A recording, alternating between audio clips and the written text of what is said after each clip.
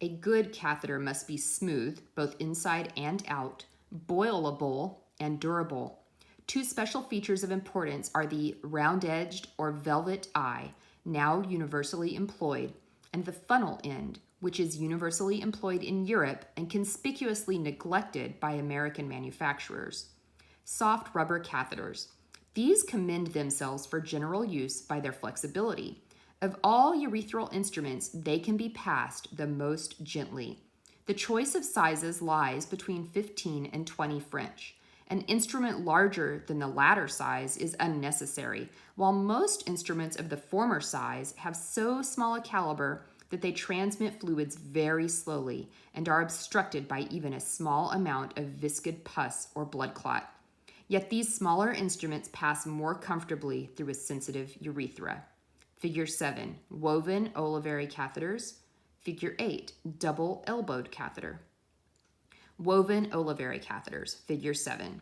These are useful to penetrate a small orifice, stricture, spasm, while woven elbowed catheters introduced with the point directed upward right over obstacles on the urethral floor, false passage, hypertrophied prostate.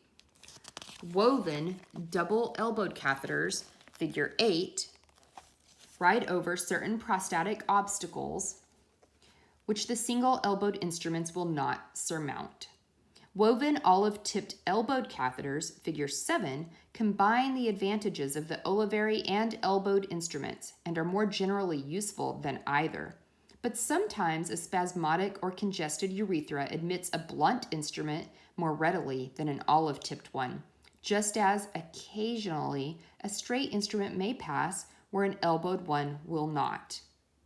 Natural curve catheters, figure 9, are more generally useful than any other type of woven catheters. I employ them almost exclusively.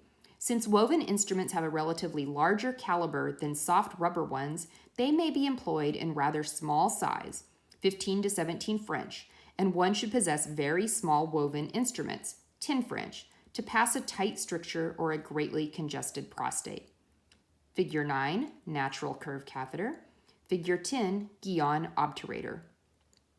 Indwelling catheters. These are not necessary instruments, and since they have to be made of a relatively perishable mixture, they are usually stiff and useless before the occasion for their use arises. Indeed, the indwelling catheter usually irritates the male. It is therefore used almost exclusively in women. For such prostatic obstacles as cannot be surmounted by even the natural curve catheter, various ingenious devices have been employed.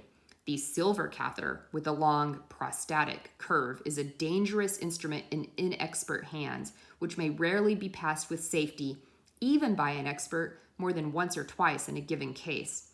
A very satisfactory substitute is the elbowed or banique curved obturator of Guion, figure 10. This, when slipped into a rubber or woven catheter, converts it temporarily into a stiff instrument, with the great advantage that the obturator may be withdrawn, leaving an indwelling soft catheter in the urethra. Silver catheters. Silver catheters, tunneled or threaded for filiforms, are useful in an emergency to relieve stricture retention. The silver catheter, curved like a sound, that is found in every pocket case of instruments, is inferior in every respect except that of portability to a woven instrument.